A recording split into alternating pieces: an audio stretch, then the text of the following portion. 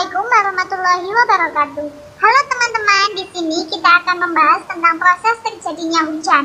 Kira-kira bagaimana ya prosesnya? Kami dari kelompok 1 akan memenuhi tugas picture mapping dengan dosen pengampu Bapak Lutfi Hadis MPD.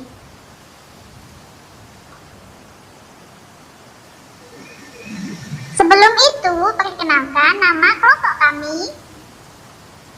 1. Afrida Maisito, 2. Alfi Rahma, 3. Dwi Novela, 4. Hayina Putri, 5. Jessica Olka, 6. Laila Tunafila, 7. Mazidatur Rahma, 8. Pratiwi Aprilia, 9. Rifat Laili, 10. Rini Melani, dan yang terakhir ada Yurida Dia. Ini adalah foto dari kelompok kami.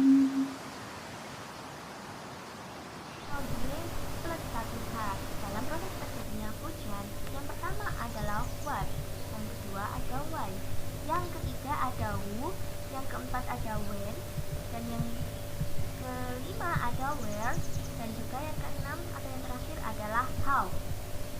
Kita akan membahas yang pertama. Yang pertama ada what. Apa itu hujan? Hujan adalah sebuah presipitasi berwujud cairan, berbeda dengan presipitasi non-cair seperti salju, batu es, dan slip. Hujan memerlukan keberadaan lapisan atmosfer tebal agar dapat menemui suhu di atas titik oleh es di dekat dan di atas permukaan bumi. Di fase pertama yang mengakibatkan mendung karena banyaknya butiran air yang terkumpul juga berupa kumpulan polusi udara seperti debu dan sebagainya. Di fase kedua yaitu petir. Meski mendung dan petir belum tentu hujan, namun keduanya menjadi pertanda hujan loh teman-teman. Petir terjadi karena adanya elektron yang bergerak cepat di atmosfer dan terus-menerus bertabrakan sehingga menciptakan plasma dan radiasi.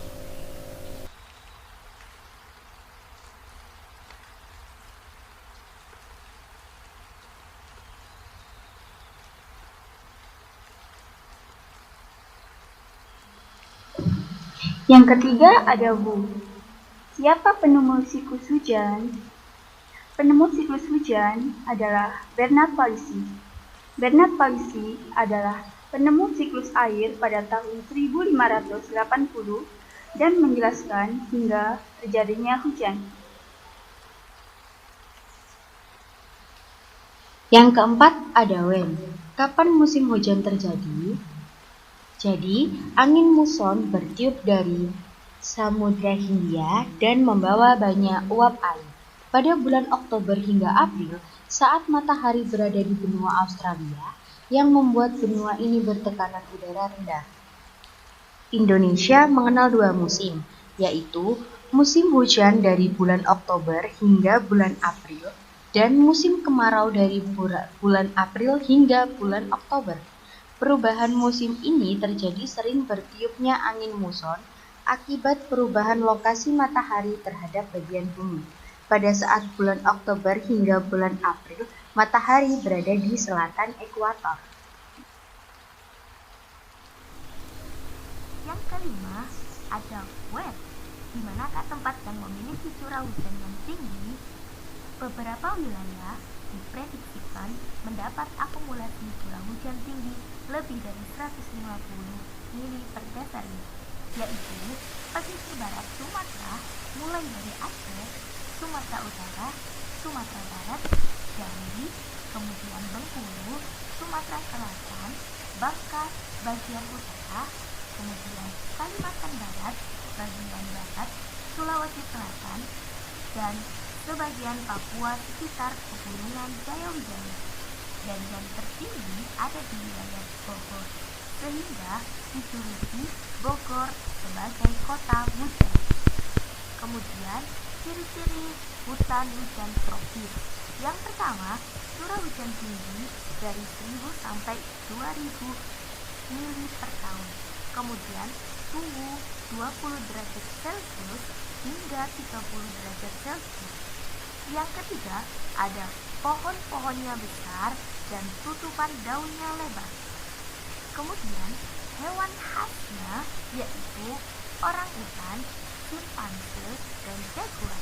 Yang terakhir, tumbuhan khasnya yaitu ilana dan anggrek. Yang terakhir ada how.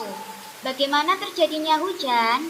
Proses terjadinya hujan dimulai dari sinar matahari yang panas menyebabkan adanya proses evaporasi.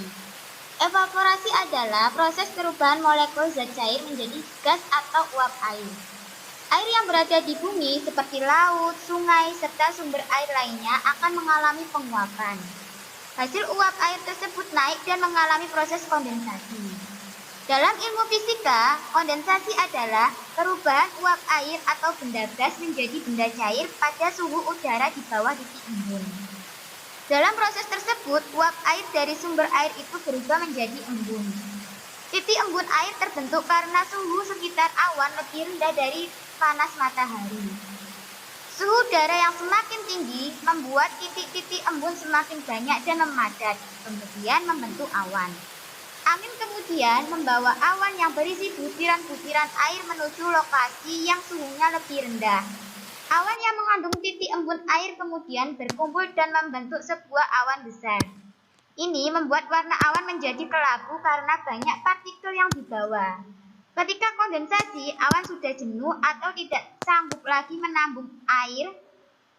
Butiran-butiran air akan tertarik oleh gaya gravitasi yang membuat turun hujan.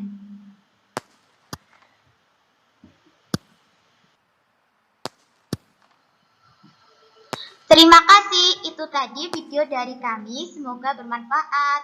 Wassalamualaikum warahmatullahi wabarakatuh.